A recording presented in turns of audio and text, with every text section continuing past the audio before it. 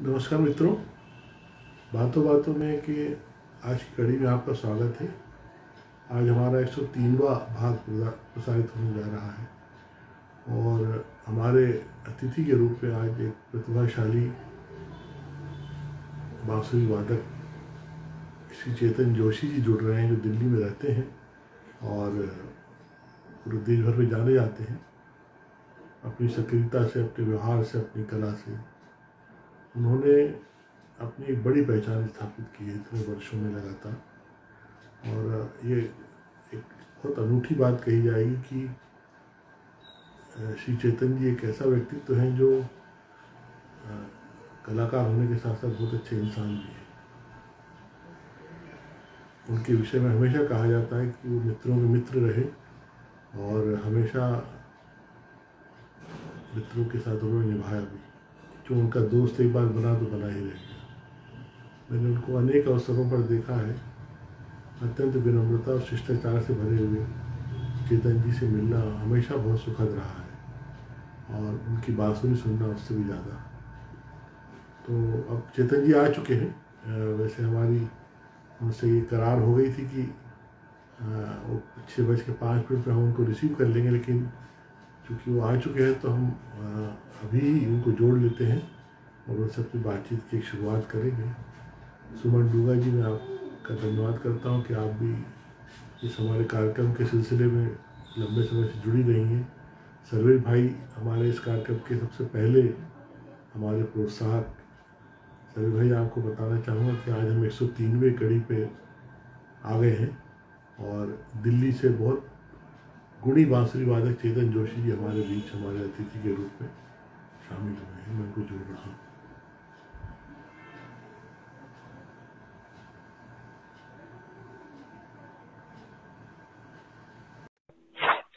नमस्कार।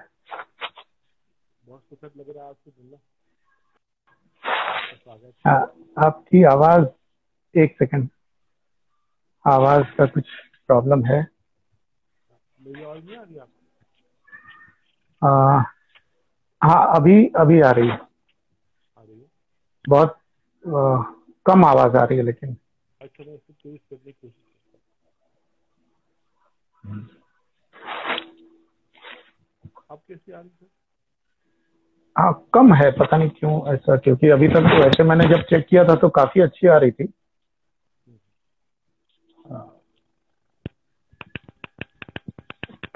हाँ हाँ हाँ, वो आवाज तो ठीक कर रहा है। हाँ, अभी? हाँ, अभी ठीक है जी। अब हम लोग अभी अच्छी है। बहुत जी। बहुत बहुत आभार, आपका स्वागत है इस कार्यक्रम में। मैं लगातार चाह रहा था कि आप इस कार्यक्रम का हिस्सा किसी दिन बने, किसी खूबसूरत वक्त पर। तो ये आज का जो है, हम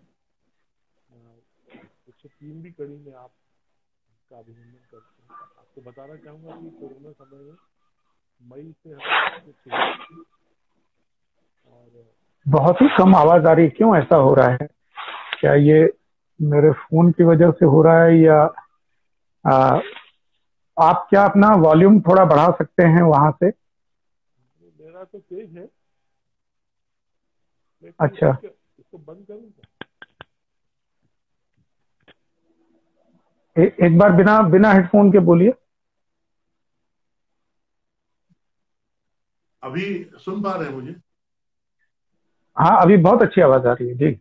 हाँ, तो मैंने ब्लूटूथ हटा दिया। ये ट्रायल पे था, तो वो ट्रायल सही नहीं है कुल मिला के। तो मैं इस तरह ही जी बात जी, करता हूँ, ज्यादा आसान है। ये बहुत अच्छा है जी। हाँ, अब मेरी आवाज ठीक आ रही है? आपकी आवाज बहुत अच्छी आ रही है, एकदम व्यवस्थित। जी। दरअसल संगीत के लोग हैं ना, तो आवाज के प्रति बहुत ज्यादा कॉन्शियस होते हैं हम लोग। हाँ हाँ, नहीं वो जरूरी भी है।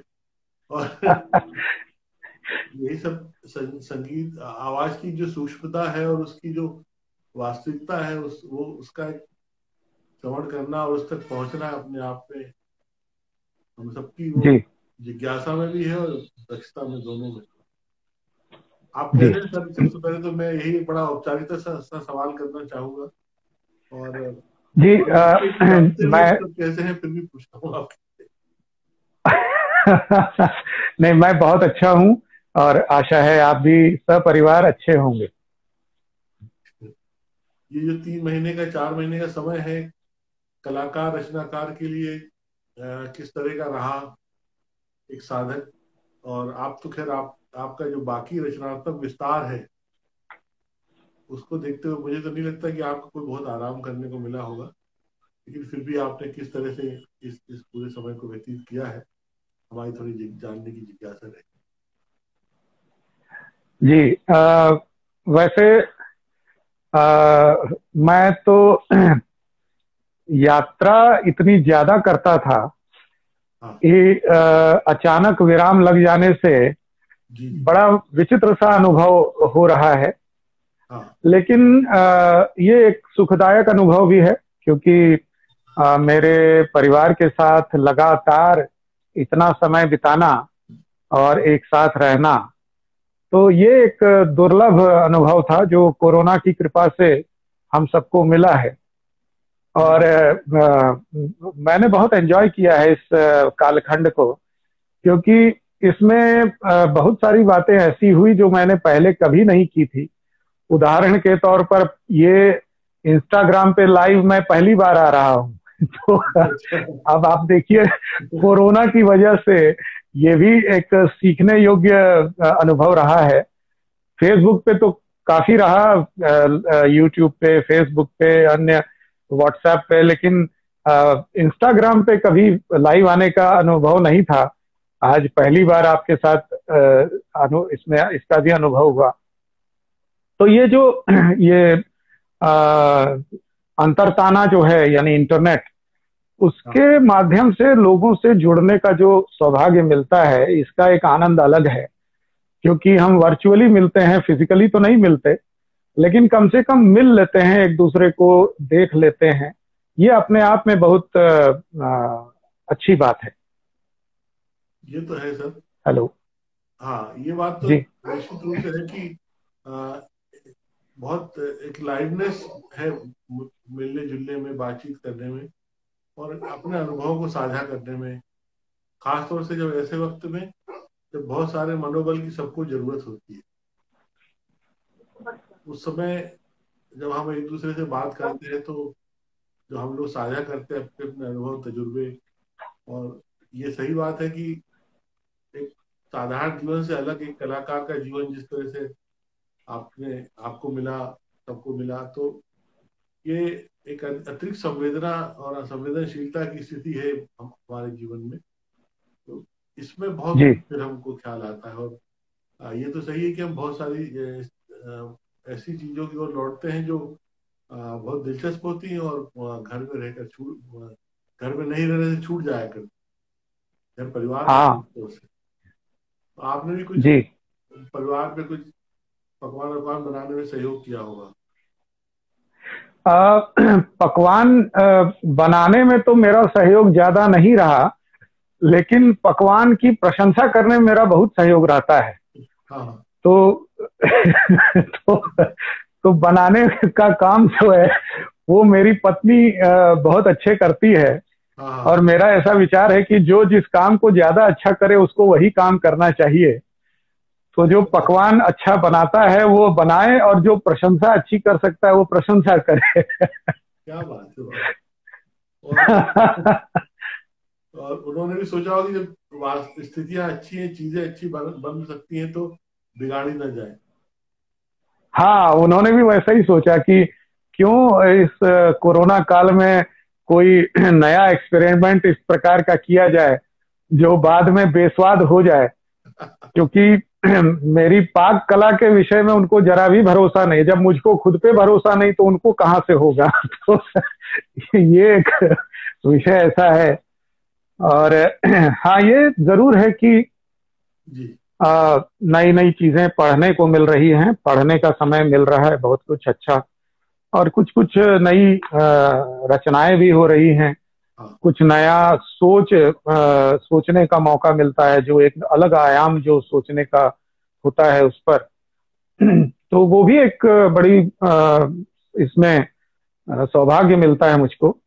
और बल्कि अगर आप आदेश करें तो मैं आज आपको अपनी एक दो कविताएं सुनाना चाहता हूं। क्या बात है, जरूर सुनाइए। जी, क्योंकि ऐसा होता है कि मैं संगीत मेरा क्षेत्र है, मैं प्रोफेशनल हूँ संगीत में। जी जी तो इसमें संगीत जब मैं प्रस्तुति देता हूँ संगीत की, जी तो मैं उस प्रकार से, आपको जानकर आश्चर्य होगा कि उस प्रकार से मैं उसका आनंद नहीं उठा पाता जिस प्रकार से बाकी लोग मेरे श्रोता उसका आनंद उठाते हैं। होता क्या है कि जब एक राग मैं बजा रहा होता हूँ हाँ जी तो मेरा ध्यान कई चीजों पे रहता है, रागदारी पे रहता है, फिर उस राग में बैलेंस कैसा जा रहा है, स्वर कैसा जा रहा है, श्रुतियां ठीक लग रही हैं कि नहीं लग रही हैं, इन सब में बड़ा टेंशन रहता है। बहुत हम लोगों को एक वो रहता है कि भाई एक क्रिएटिव टेंशन है जिसको आप कह सकते हैं। हाँ तो क्या होता है कि कई बार जब मुझको खुद से सवाल खुद पे होने लगते हैं, जी तो जैसे कविता मेरी रेस्क्यू के लिए आ जाती है, मेरी रक्षा के लिए आ जाती है और वो मुझको रास्ता दिखाती है। तो मैं स्वांतः सुखाय कविताएं लिखता हूँ, अपने ही तक रखता हूँ। आज पहली बार मैं किसी सार्वजनिक मंच पे कविता पढ़ने का दुस्साहस कर रहा हूँ, वो भी आप जैसे स्थापित लेखक के सामने और कवि के सामने। मैं बहुत ही तुच्छ हूँ, लेकिन पता नहीं क्यों मेरे मन में आ रहा है कि एक शुरुआत के लिए ये किया जाए, ऐसा ना कहिए, बल्कि ताकि ये तो एक खुशकिस्मती हुई कि आप इस प्लेटफॉर्म पर सुना रहे हैं। जो लोग जी आपके भी जो मित्र यहाँ पर साक्षी हैं, उनका सौभाग्य है, और जो वंचित हैं वो फिर बाद में कहेंगे या यूट्यूब पे देखेंगे। तो आप जी जरूर सुनाइए। ये कविता जो मैं पहली कविता सुनाने जा रहा हूँ, इसकी थोड़ी सी पृष्ठभूमि बता देता हूँ। हाँ दरअसल मेरा बेटा बांसुरी बजाता है हाँ और रोज सुबह मुझसे सीखता है। दरअसल ऐसा हम लोगों के बीच में करार है कि सुबह में वो उठ करके और स्कूल जाने से पहले मेरे सामने वो रियाज करता है। हम दोनों पिता पुत्र रियाज साथ में करते हैं और उसी में थोड़ा जो सीखने सिखाने का क्रम होता है वो हो जाता है। जी वो अभी बहुत छोटा है, अभी क्लास 4 में है। हाँ तो पिछले वर्ष एक दिन ऐसा हुआ कि उसने बार बार बताने के बाद भी कुछ गलती कर दी, मतलब गलती को रिपीट किया उसने। तो उस दिन कुछ ऐसा हुआ कि मैंने उसको बहुत जोर से डांट दिया, बहुत जोर से। हम्म, तो उसकी आंखों से आंसू आ गए और मुझको फिर उसके बाद वो वैसे ही उसी अवस्था में स्कूल चला गया। अब जब वो चला गया उसके बाद फिर मेरी बारी थी कि हाँ ये मैंने सही किया या गलत किया, क्यों किया ऐसा। तो उसके बाद जैसे एक होता है कि कविता मेरी मदद के लिए आई, मुझको खुद को समझने के लिए, और वही कविता आपके सामने रख रहा हूं। जरूर कविता का शीर्षक है नदी का जुआ। जी नदी का जुआ। जुआ से मेरा तात्पर्य गैम्बलिंग से है, जो हाँ गैम्बलिंग होती है। तो नदी का जुआ। जरूर स्वागत। जुआ खेलने वालों को जानते हैं ना, हाँ जीते तो बहुत अच्छा, और अगर हारे तो अगली बाजी के लिए फिर से तैयार। क्या बात। सोचता हूं क्या मेरा बेटा मेरा जुआ है, वह मेरी तरह बांसुरी बजाता है, अपनी उम्र के अन्य बच्चों से कहीं बेहतर, क्योंकि मां की कोख से संगीत में लिपटा हुआ ही पैदा हुआ था। बचपन से ही गाने और बजाने की ही चॉकलेट खाई है उसने। हारमोनियम पर बैठकर खेला है, बांसुरी मुझसे कई बार छीनी है, मेरी गोद में लेटे हुए बड़े ध्यान से मेरा रियाज भी सुना है। बहुत सुंदर। अब जबकि वह बड़ा हो रहा है, उसका संगीत भी बड़ा हो रहा है। जी अपने साथ संगीत का भी बड़ा होना कभी कष्ट पहुंचा जाता है उसे, क्योंकि इन सब के साथ ही बड़ी होती जा रही हैं मेरी आशाएं, अपेक्षाएं, मानदंड। मेरी बढ़ती आशाओं पर मुझे नहीं, उसे ही खरा उतरना पड़ता है। सुर ताल सही न लगने पर कई बार सुबह सुबह निर्दयता से डांट देता हूं उसे। वह डबडबाई आंखों से अपने विद्यालय चला जाता है, पर उसके जाने के बाद बारी मेरी आंखों की आती है। क्या मैं खुद पर कठोरता का आवरण इसलिए चढ़ाए रखता हूं कि मुझे जिंदगी के जुए में जीतना ही है? सहसा मुझे याद आते हैं नदी के साथ बहते पत्थर। जीवन के खुरदुरे कोनों को कभी सलीला के द्रवित प्यार से, तो कभी चट्टानों की कड़ी धार से घिस कर, घसीट कर, टूट कर गोल चिकने सुंदर बनते हैं पत्थर, और तब उनमें दिखाई देते हैं शालीग्राम जो संसार भर में पूजे जाते हैं। बहुत बहुत ये शालीग्राम नदी का जुआ नहीं है, ये तो उसके प्रेम की परिणति है। शालीग्राम बनना या न बनना पत्थर के भाग्य, भाव और साहस से तय होगा।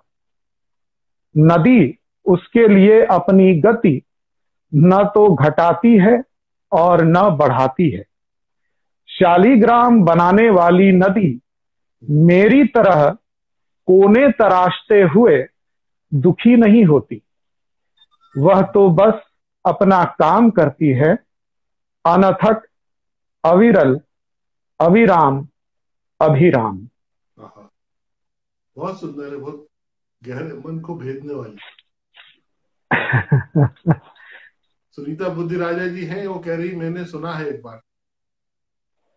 हाँ जी जी, सुनीता बुद्धिराजा जी को नमस्कार। और उनके साथ में ये कविता मैंने शेयर की थी, लेकिन कभी मैंने सोशल मीडिया पे कभी भी ये शेयर नहीं की। आज पहली बार ऐसा हुआ कि मैंने यहाँ रखा है।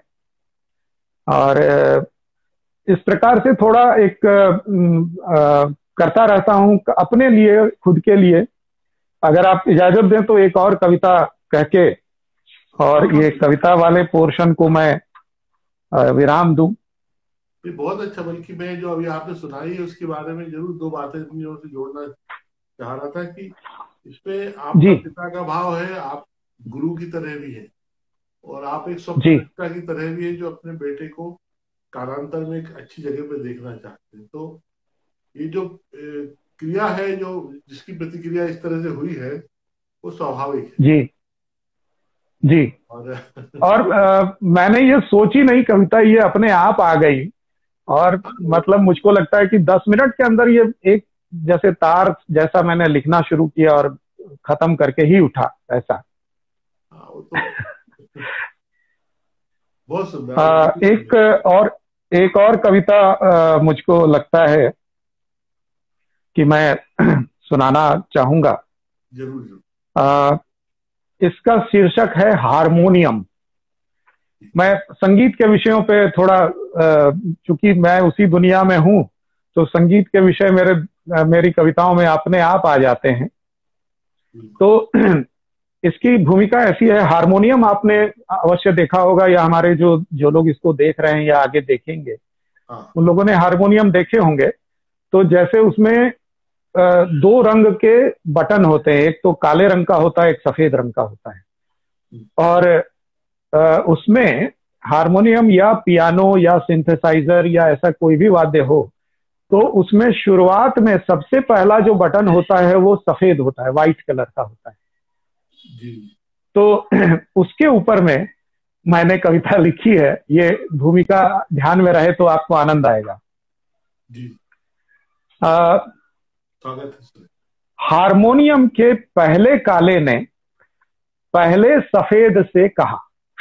मतलब जैसे पहला तो शुरू में सफेद लगता है, उसके बाद काला आता है। तो हारमोनियम के पहले काले ने पहले सफेद से कहा, तुम मुझसे पहले लगा दिए गए हो, यह सिर्फ संयोग है, इसमें इतना इतराने की क्या बात है। ये आपस में उनका संवाद चल रहा है। तुम पहले स्थान पर तो हो, पर हमसे दबे हुए ही हो। तुम्हारा स्थान तो नीचा ही है, तुम हमसे ऊंचे कभी नहीं हो सकते। दूसरा काला बोल उठा, अपने ऊंचे होने पर इतराओ मत।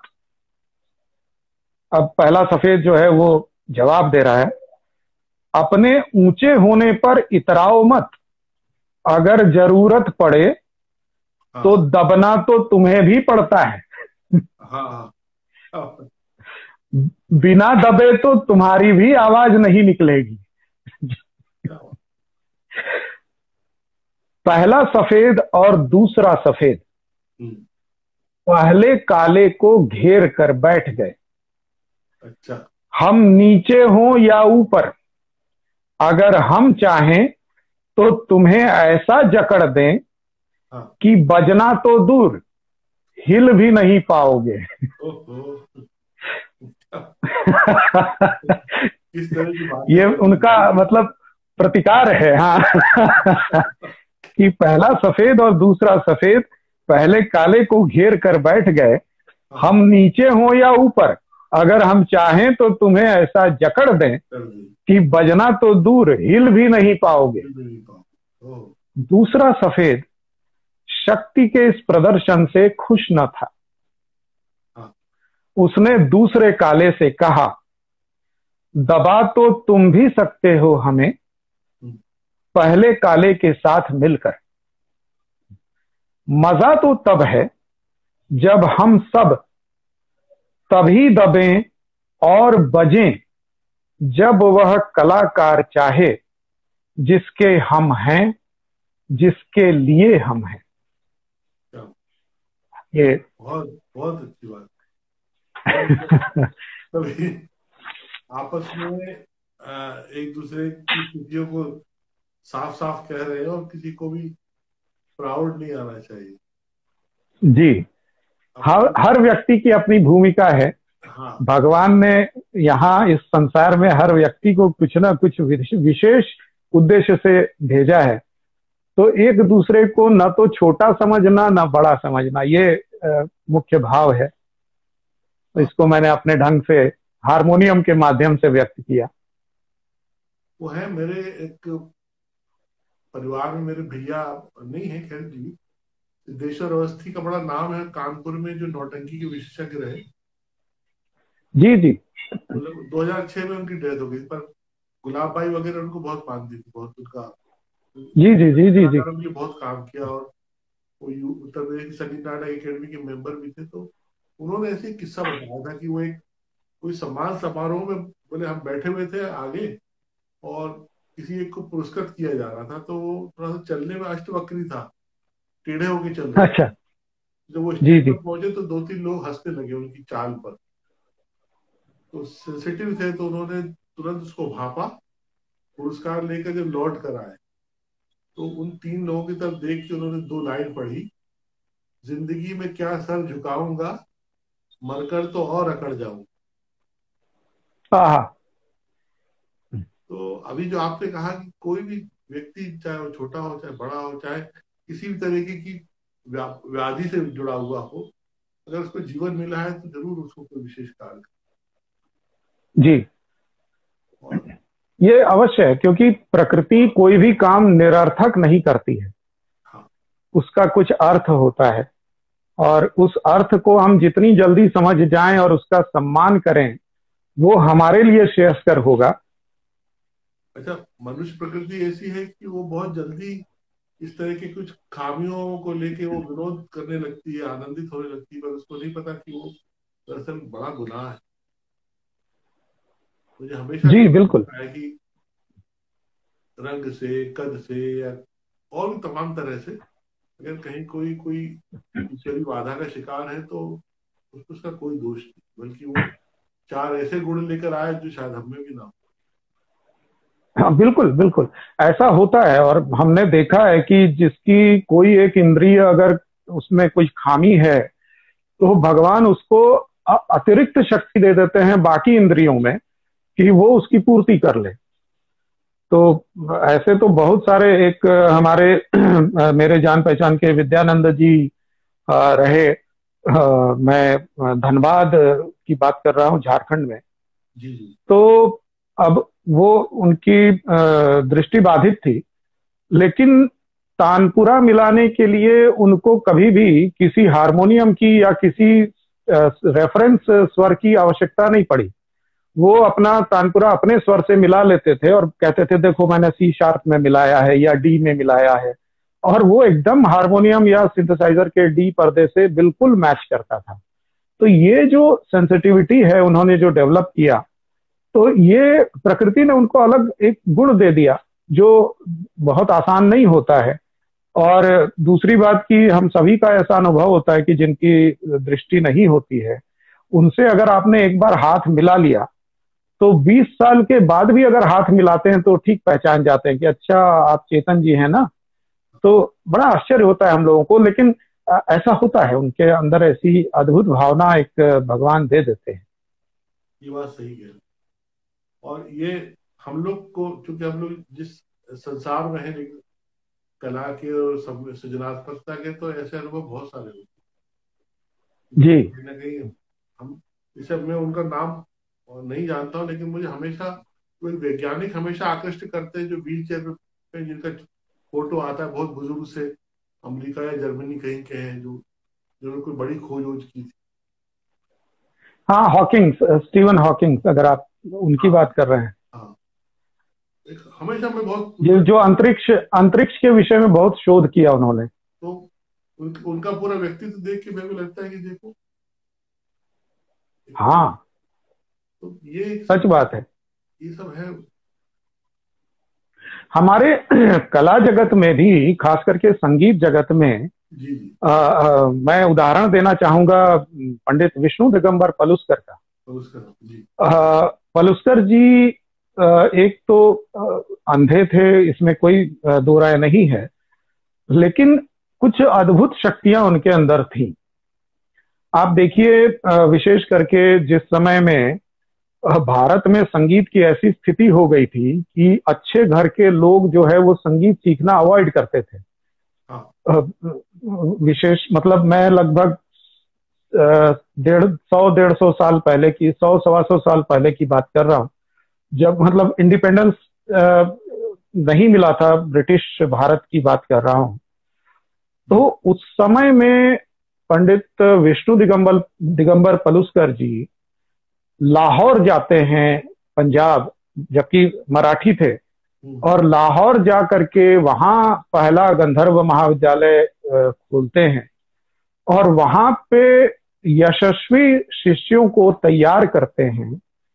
और उन यशस्वी शिष्यों में इतने महान नाम थे जैसे पंडित ओंकार नाथ ठाकुर जी और इस प्रकार के डीवी पलुस्कर और इस तरह के बहुत सारे नाम, जो पंडित विष्णु दिगंबर पलुस्कर से प्रकाशित होकर के, और उन्होंने पूरे देश भर में सभी लोगों के बीच में संगीत के प्रचार प्रसार के लिए अद्भुत काम किया। और मैं आपको एक प्रसंग भी सुनाना चाहता हूं कि मैं अभी 2-3 वर्ष पहले देवघर गया था। वैद्यनाथ धाम है अपना झारखंड में, ज्योतिर्लिंग है वहां पे, तो वहां पे मेरा कार्यक्रम था। तो वहां जब मैं कार्यक्रम के बाद मंदिर दर्शन करने गया और फिर वहां से जब बाहर निकल रहा था, तो वहां के कुछ जो पीढ़ी परंपरागत जो पंडित थे, वहां तो पंडे होते हैं ना, जो वंश दर वंश यही काम करते हैं, पूजा कराने का और सबका।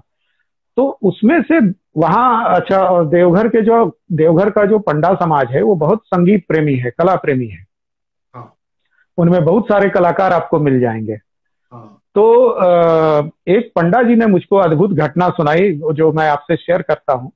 हाँ। उन्होंने कहा कि पंडित विष्णु दिगंबर पलुस्कर जी को वैद्यनाथ शिव मंदिर की तरफ से, समिति की तरफ से उनको मंदिर में गाने का आमंत्रण दिया गया था।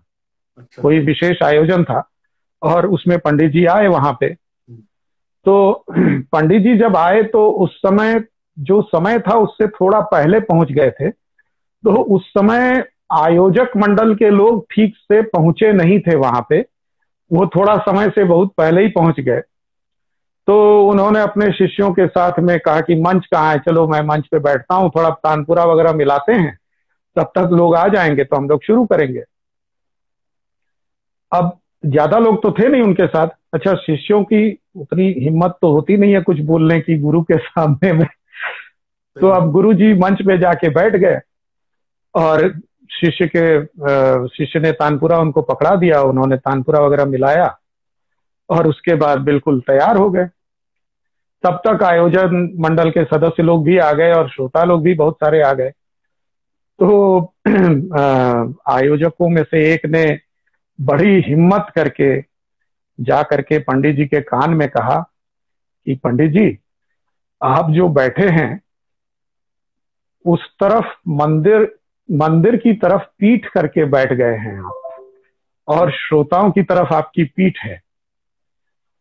तो पंडित जी ने कहा कि देखो, मेरे तो सामने में मुझको शिव जी दिखाई देते हैं, इसलिए अब मैं अपना स्थान नहीं बदलूंगा। और पंडित विष्णु दिगंबर पलुस्कर जी ने उसी अवस्था में पूरा कार्यक्रम किया, ऑडियंस की तरफ पीठ करके, मंदिर की तरफ पीठ करके। लेकिन अब उनके ज्ञान चक्षुओं को शिव मंदिर दिख रहा था, तो उसमें कोई क्या कर सकता है और क्या कह सकता है। तो ये भी एक अनुभव है जो पंडित ओंकारनाथ ठाकुर जी के विषय में। और एक और बहुत प्रसिद्ध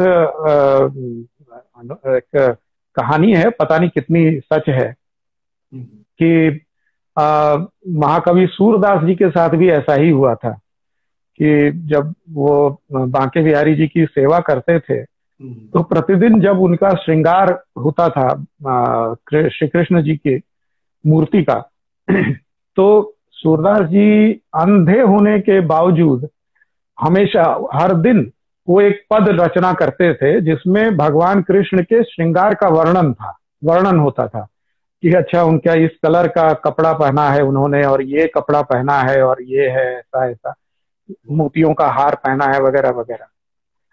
तो वहां जो बाकी सेवादार थे उनको बड़ा आश्चर्य होता था कि इनको कैसे दिखाई दे रहा है, ये इस कलर का कपड़ा इन्होंने पहना है, और ठीक बिल्कुल सटीक वर्णन करते थे सूरदास। तो एक दिन उन्होंने सोचा कि अच्छा, आज इनकी परीक्षा लेते हैं। तो उस दिन उन्होंने भगवान का श्रृंगार सिर्फ मोतियों से किया, कपड़े पहनाए ही नहीं।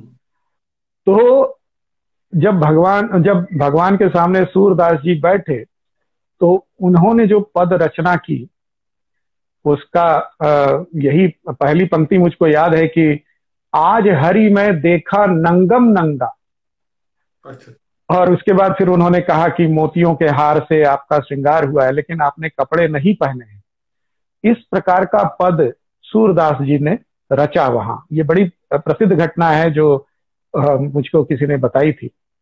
तो इस प्रकार से हमको लगता है कि अतिरिक्त ताकत ईश्वर उनको दे देता है, और इस संसार में सभी लोग बहुत ही सामर्थ्यवान हैं, बहुत ही शक्तिवान हैं। तो उस शक्ति का, उस सामर्थ्य का हमेशा आदर होना चाहिए, मेरा यही विचार है। पंडित जी, आपसे आपके गुरुजनों के बारे में जानने की बड़ी जिज्ञासा है। अब उनमें से एक जी, पंडित रघुनाथ सेठ जी से तो संपर्क में रहा कुछ साल। अरे वाह। और उनका सानिध्य और उनके व्यवहार को लेकर मैं बहुत साधु व्यक्ति रहे। तो भोपाल में भी आते थे, बम्बई में भी मिले। लेकिन जो आपके पहले गुरु थे उनके बारे में जानने की जिज्ञासा है, आचार्य जी के बारे में जी। और भोलानाथ जी के बारे में। मेरे जो पहले गुरु थे आचार्य जगदीश, जी। वो मूल रूप से गायक थे। अच्छा। और गायक ही नहीं बल्कि तबला भी बहुत अच्छा बजाते थे, हाँ। हारमोनियम बहुत अच्छा बजाते थे, जी। और बहुत सारे वाद्य यंत्रों का भी उनको ज्ञान था। हाँ। स्वयं नहीं बजाते थे लेकिन मतलब, अच्छा बनारस में बनारस के पास में वो रोहतास जिला है, बिल्कुल बनारस से सटा हुआ ही है। तो वहां से वो बनारस आते जाते रहते थे हमेशा। और वहाँ बनारस में पंडित ओंकार नाथ ठाकुर जी से उन्होंने तालीम ली थी। हम्म। और ध्रुपद के बहुत अच्छे गायक थे वो। पखावज भी बहुत अच्छा बजाते थे आचार्य जी। हम्म। तो मैं, अच्छा, मेरा जो लालन पालन हुआ वो झारखंड में बोकारो शहर में हुआ। जी। जी। बोकारो में मतलब मेरे खानदान में पिता की तरफ से और माता की तरफ से 7 पुश्तों में कभी किसी ने संगीत नहीं किया। अच्छा। तो वो एक हम सबके लिए नया अनुभव था कि संगीत भी किया जाता है और ऐसे भी होता है वगैरह वगैरह। तो मैं लंबी कहानी में नहीं जा रहा। हम्म। जब मैं आचार्य जी से मिला जी। तो मैंने उनसे पूछा कि अच्छा बांसुरी आप सिखाते हैं क्या? तो उन्होंने कहा हाँ मैं सिखाता हूँ। अब फैक्ट ये था कि बांसुरी के बारे में बहुत कम उनको नॉलेज था। जो बुकिश नॉलेज होता है वो था कि जैसे 3 छेद बंद करने से सा निकलता है, दो वो ऐसे करके उसका किताब में जैसे वर्णन होता है वैसा वर्णन उन्होंने किया। हाँ जान। और उसी प्रकार से हम लोग बजाते रहे। अब मैं थोड़ा सा, अगर आप इजाजत दे तो मैं लाइव डेमोन्स्ट्रेशन करूं इसका, इस हाँ घटना का। ये तो बहुत अच्छा रहे। जी, बहुत बहुत मजेदार घटना है। खास करके जो बांसुरी बजाते हैं वो उनको बड़ा आनंद आएगा। जी बिल्कुल जी, अच्छा तो लगे। जी, तो ये मेरी बांसुरी है, इस हाँ। समय आप देख पा रहे होंगे। बिल्कुल। तो इसमें ये जो 3 छेद ऊपर से बंद है, तो हाँ। ये सा बजता है। तो ठीक है, सा हम बजाते थे। और उसके बाद उन्होंने पहला जो अलंकार सिखाया मुझको, तो मैं अलंकार वगैरह बजाने के बाद पहला राग जो उन्होंने सिखाया वो राग था भूपाली। जी। तो भूपाली राग में सा रे ग प ध सा ये स्वर लगते हैं। तो उन्होंने बताया, मैंने बड़े मजे से अपना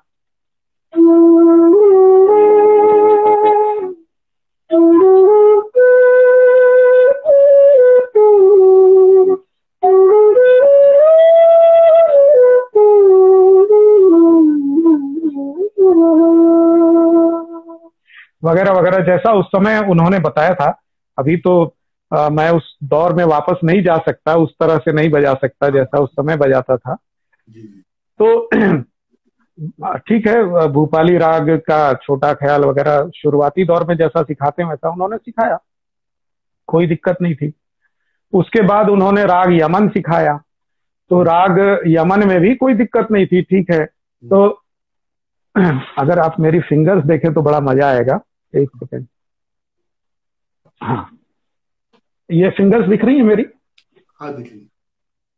आगे अच्छा, आगे। एक से, हाँ हाँ, बस ऊपर की ही फिंगर्स, ये 3 फिंगर दिखनी है। तो हाँ। इसमें क्या होता था कि सारे गा और तीव्र माँ लगता था। तो ये तीव्र माँ में ऐसे हम ऊपर का ये छेद खोल देते हैं। तो इसमें भी कोई दिक्कत नहीं थी।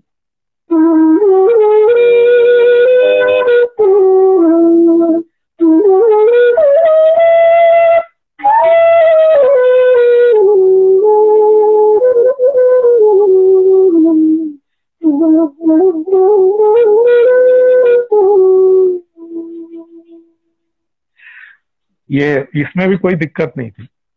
दिक्कत तब शुरू हुई जब उन्होंने मुझको खमाज राग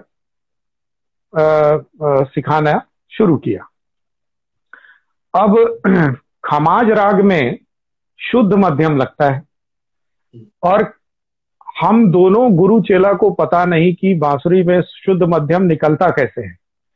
अच्छा। तो मतलब जी, तो अब उसमें क्या होता था कि हम सारे ग और फिर तीव्र माँ बजाने लगते थे, क्योंकि ये उंगली खोलने की बात होती थी माँ बजाने की।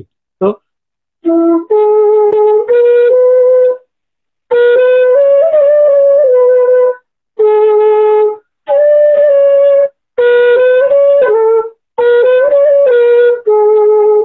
तो गुरुजी कहते थे क्या बजा रहे हो, ऐसा तो होता नहीं है, तो तीव्र मध्यम लगा रहे हो तुम। तो मैं बड़ा परेशान, मैंने कभी शुद्ध मध्यम और तीव्र मध्यम कैसे निकलता ये पता ही नहीं।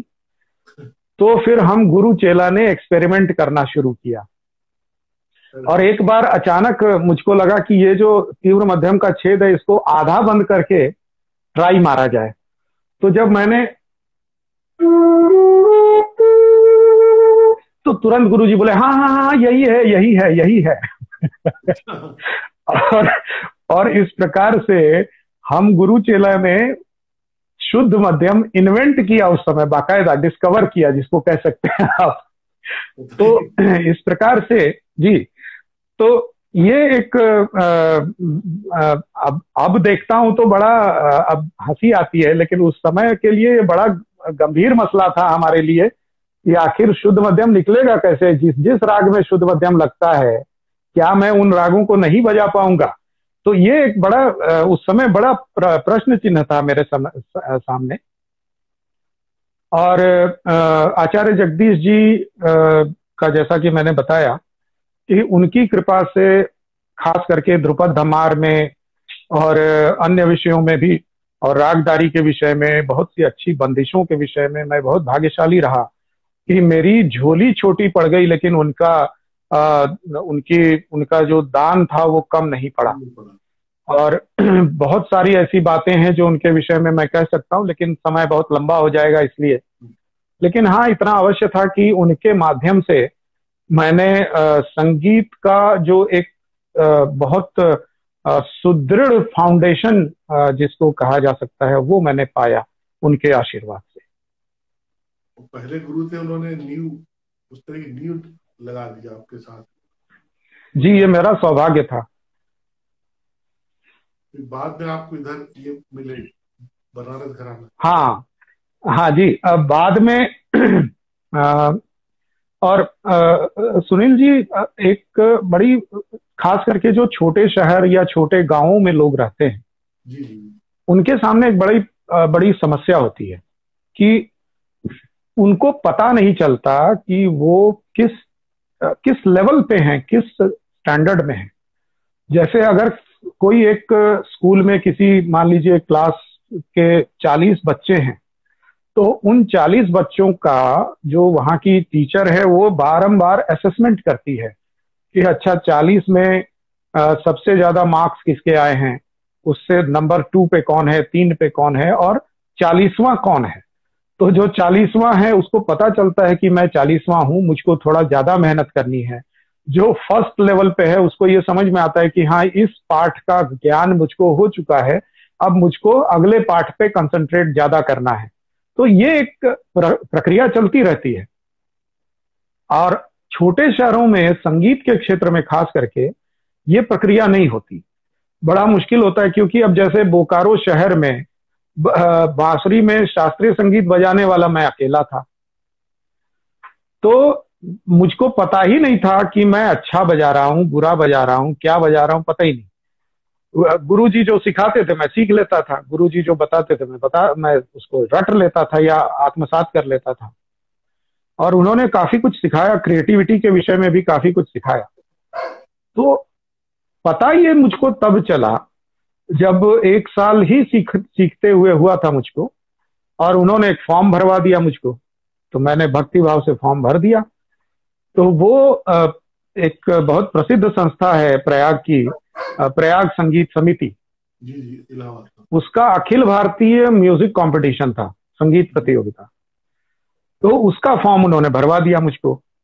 अब मुझको उसमें कुछ नहीं पता, ABCD कुछ भी नहीं पता। तो उसमें उन्होंने मेरी तैयारी करा दी, और जो सिखाया वो मैंने वहां प्रयाग में हूबहू वैसा बजा दिया।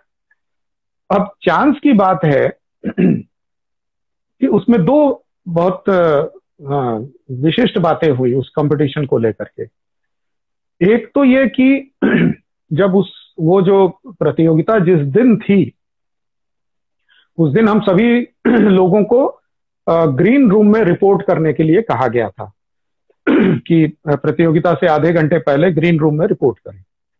जब मैं वहां गया तो मुझको पंडित भोलानाथ जी का प्रथम दर्शन हुआ, क्योंकि उस प्रतियोगिता में पंडित जी अपने कुछ शिष्यों को लेके आए हुए थे।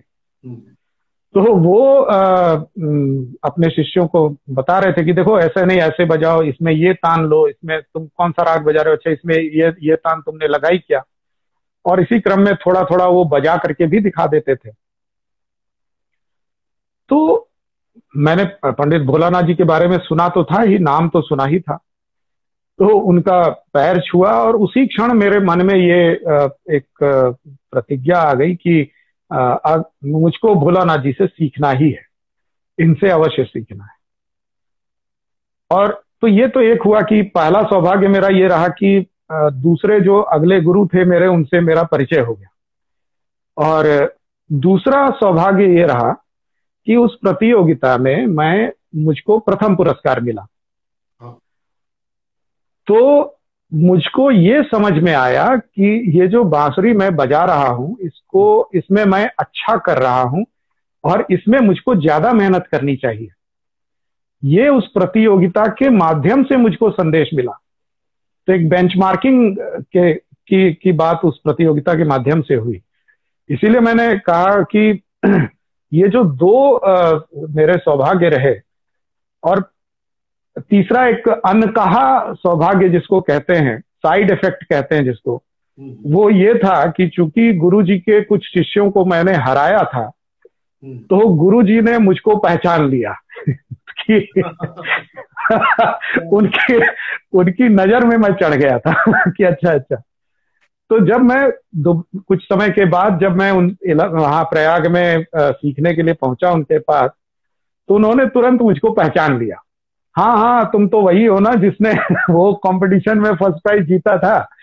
तो इस तरह से मेरी एक छवि उनके मन में आ गई थी, और इसलिए शायद उन्होंने सहर्ष मुझको अपना शिष्य स्वीकार किया, पंडित भोलानाथ प्रसन्ना जी ने। तो ये सौभाग्य ही रहा मेरा, शायद प्रकृति ही मेरा मार्ग दर्शन कर रही थी। ये देखिए कैसे जर्नी शुरू होती है। और जी, फिर आगे उनके साथ आप कितने वर्ष सीखा होगा उनके सानिध्य में? लगभग मैंने 4-5 वर्ष सीखा, क्योंकि मैंने वहाँ ग्रेजुएशन वहीं से किया। तो 3 साल तो लगातार सीखता रहा, और उसके बाद भी फिर मेरी बाद में नौकरी हो गई थी। तो संगीत म्यूजिक टीचर के रूप में था। तो जो विंटर वेकेशन और समर वेकेशन होते थे, तो उसमें मैं वहां जा करके और फिर उनसे सीखता था। तो गुरुजी का बड़ा मतलब बिल्कुल अपने बेटे की तरह उन्होंने रखा, और सभी शिष्यों को, मुझे ही नहीं सभी शिष्यों को ऐसा ही वो व्यवहार करते थे। घर के उनके जो अपने सगे बेटे बेटियां हैं, उनमें अगर कोई चीज बांटी जाएगी तो उतना ही हिस्सा शिष्यों को भी मिलेगा। ऐसा नहीं कि अलग अलग बंटवारा हो और घर वालों को ज्यादा और शिष्यों को कम, ऐसा उनके मन में कभी नहीं रहा, मैंने देखा ये।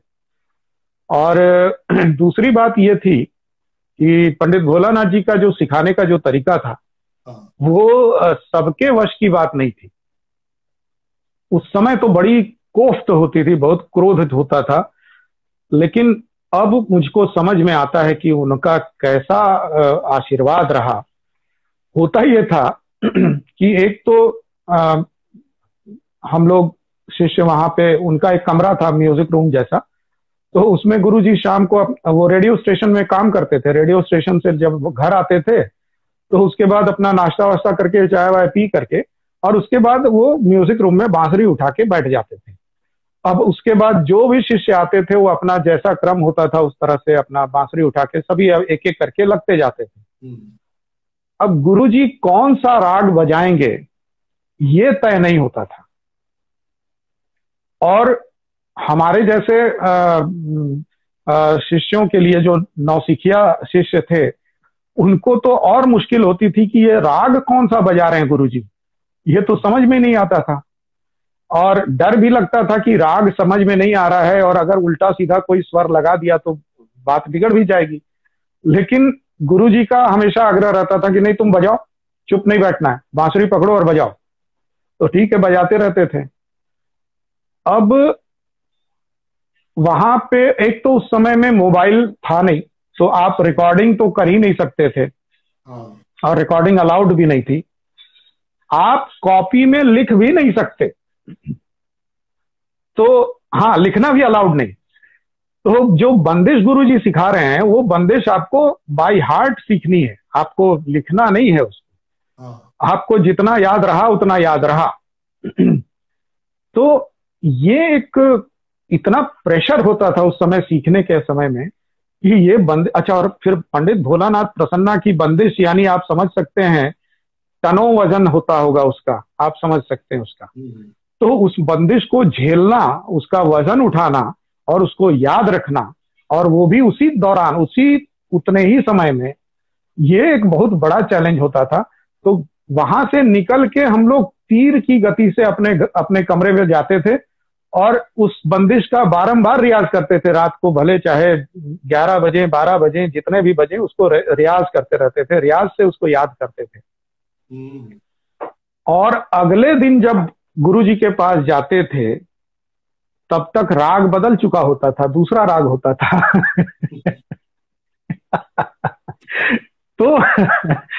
तो ये जो है, ये चैलेंज हमेशा देना अपने शिष्यों को, ये पंडित जी ने ऐसा हम लोगों पे आशीर्वाद दिया है कि आज 30-35 वर्ष हो गए, लेकिन उनकी सिखाई हुई या किसी भी गुरु की सिखाई हुई कोई भी बंदिश बजाने के लिए मुझको पेपर कॉपी नहीं देखनी पड़ती, सारी बंदिशें याद है। तो ये एक उनका आशीर्वाद ऐसा मिला है इस शिक्षा के तरीके से, जो अमूल्य है। ये सब साधु संत की जगह पर थे ऐसे गुरु?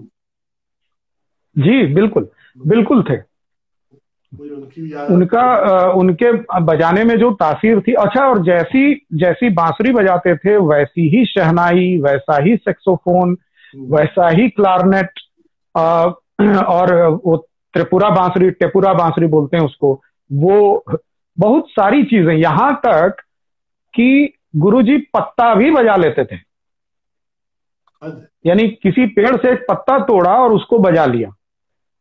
उनके जो सुपुत्र हैं, मेरे छोटे भाई, छोटे गुरु भाई हैं पंडित अजय शंकर प्रसन्ना, बहुत ख्याति प्राप्त बांसुरी वादक हैं, बहुत अच्छे स्वभाव के, बहुत सुरीले नाम है। तो उन्होंने एक कहानी सुनाई थी कि एक बार गुरुजी कहीं गए किसी कार्यक्रम में और किसी दूसरे काम से गए थे, तो अचानक वहां ऐसी कुछ बात हो गई कि उनसे लोगों ने कहा कि आप बांसुरी बजाइए। अब बांसुरी तो था नहीं उनके पास, तो जो अगरबत्ती का गोल वाला पैकेट होता है, उस अगरबत्ती के गोल पैकेट में उन्होंने छेद करके और वहीं पे बजा करके उस कार्यक्रम को निपटाया उन्होंने। ये टैलेंट था उनके अंदर, अद्भुत। ये मैं सुन के दंग रह गया। जी, ऐसा दृष्टांत बहुत कम मिलता है, और ऐसे यशस्वी गुरु थे पंडित भोलानाथ प्रसन्ना जी। जितना उनको याद करता हूं उतना आनंद आता है। कॉन्फिडेंस वाली बात है ये सब। बिल्कुल, पत्थर से पानी निकाल दे। जी, वही एकदम ऐसा ही था, साक्षात थे वो। अभी हमारे पास 5 मिनट है, और जी, रघुनाथ सेठ जी के बारे में भी हम सुन सकते हैं आपसे। मैं पंडित रघुनाथ सेठ जी का एक तो मेरी जूनियर फेलोशिप के लिए मैंने उनके ऊपर में शोध किया है। तो पंडित रघुनाथ सेठ जी की जितनी ऑथेंटिक जानकारी डॉक्यूमेंटेड मेरे पास है, शायद ही इस समय किसी के पास होगी। मैंने उनके पुत्र से भी वो शेयर किया, सुपुत्र उनके भी बांसुरी वादक हैं। खास करके दो तीन चीजें मैं उनके याद करता हूँ। एक तो उन्होंने बांसुरी बनाने में बहुत पारंगत थे, और बांसुरी का यदि कोई ऋषि जिसको कहा जा सकता है, जो बांसुरी का सर्वांग विकास की बात करता हो, तो वो पंडित रघुनाथ सेठ जी थे। बांसुरी बनाने में, बांसुरी बजाने में, बांसुरी के व्याकरण में, बांसुरी के रियाज करने के तरीके में, बांसुरी पे रागदारी का निर्वहन करने में, और बांसुरी में नई शोध करने में, इन सब चीजों में पंडित रघुनाथ सेठ जी का आज भी कोई जोड़ नहीं है। और खास करके मैंने एक प्रयोग किया है बांसुरी में 3.5 सप्तक बजाने का, तो उसके भी प्रेरणा स्रोत पंडित रघुनाथ सेठ जी ही रहे। क्योंकि पंडित जी ने हमसे एक दिन कहा, अपने जब हम लोग बैठे थे, तो गुरु जी ने कहा कि बेटा तुम अच्छा बजा रहे हो, ठीक बजा रहे हो, लेकिन अगर तुम मेरी कॉपी बजाते हो तो ये कोई बहुत बड़े क्रेडिट की बात नहीं है। तुम्हारा अपना क्या है इस बांसुरी में, ऐसा क्या है जो सिर्फ तुम्हारे पास है, दूसरे के पास नहीं है, तो वो डेवलप करने की कोशिश करो। मुझसे अलग कैसे तुम हो सकते हो। अब ये बड़ा चैलेंज था, संगीत में बहुत मुश्किल होता है गुरु से अलग होना। तब मेरे दिमाग में ये बात आई कि 3.5 सप्तक जो है इसको डेवलप किया जाए। और आज आप देखें, ये मैं थोड़ा सा एक छोटा सा डेमोन्स्ट्रेशन कर देता हूँ शुद्ध स्वरों में ही, अलंकार में। आप देखें, ये सा है, ये पंचम तक बांसुरी में आसानी से जा सकते हैं नॉर्मली बांसुरी वादक। इसके नीचे जाने के लिए बड़ी बांसुरी ले लेते हैं, बांसुरी बदल लेते हैं। मैंने कोशिश किया है कि बिना बांसुरी बदले अति मंद्र सप्तक में जा सके। तो ये थोड़ा सा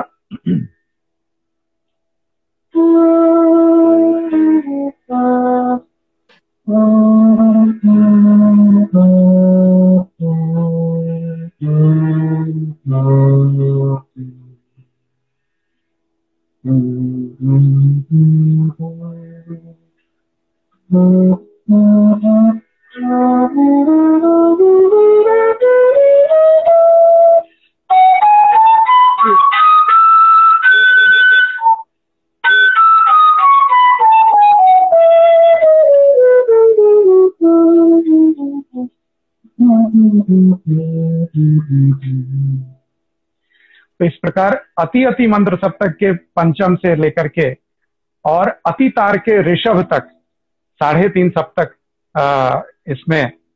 और जब मैंने गुरुजी को सुनाया, 91-92 की बात है, तो उस समय गुरुजी बहुत प्रसन्न हुए, उन्होंने बहुत आशीर्वाद दिया। बोले बेटा हाँ, ये तुमने अच्छा काम किया है, ये कोई नहीं बजाता है इस तरह से, और इसको तुम डेवलप करो। फिर मैंने डेवलप किया और 92 में इसका पहला प्रदर्शन मैंने श्री संकट मोचन संगीत समारोह में, जो कि बहुत प्रतिष्ठित समारोह है वाराणसी का, तो उसमें इसका पहला प्रदर्शन किया और विद्वानों का बहुत आशीर्वाद इसमें मुझको मिला। फिर तब से अब मैं लगातार मंच पे और जहां आवश्यकता होती है वहां पे इसको लगाता हूँ। तो ये पंडित रघुनाथ सेठ जी का।